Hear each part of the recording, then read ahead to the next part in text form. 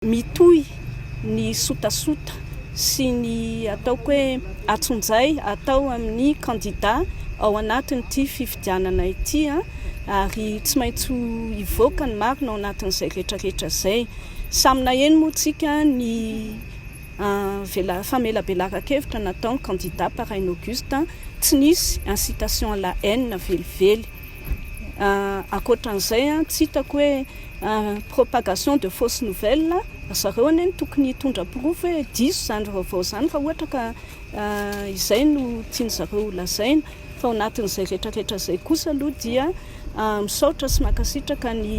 namana maro, ny mpikatroka maro nanao fankaherezana ary mametraka ihany koa firaisan-kina amin'ny candidat par Reine Auguste amin'ny antoko tsara tafina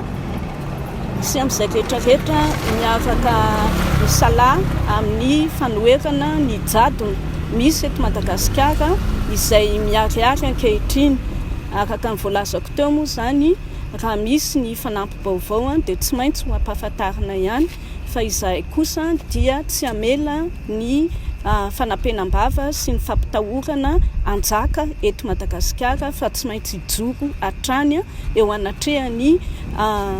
fingapingana maro samihafa izay efa sary sango mihodo amin'izao fotoana izao.